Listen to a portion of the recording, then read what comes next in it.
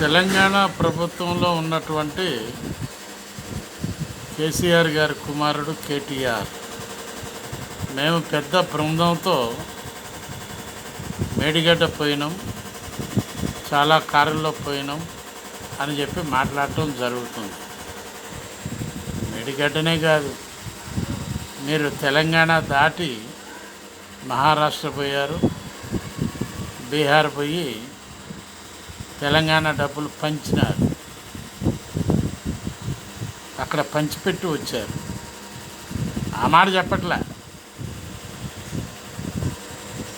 ఎన్నో కారుల్లో పోయారు, మా పార్టీ బీఆర్ఎస్ పార్టీ అని చెప్పి మహారాష్ట్రలో కమిటీలు పెట్టి ఆఫీసులు ఓపెన్ చేసి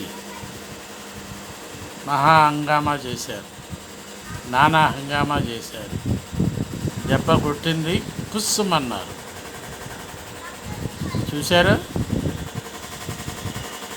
మన లిమిట్లో మనం ఉంటే ఇట్లాంటి పనులు పిస్సు కావు, సక్సెస్ అవుతాయి.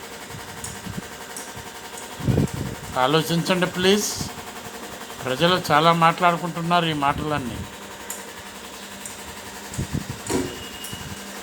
బివి ప్రసాద్, హైదరాబాద్.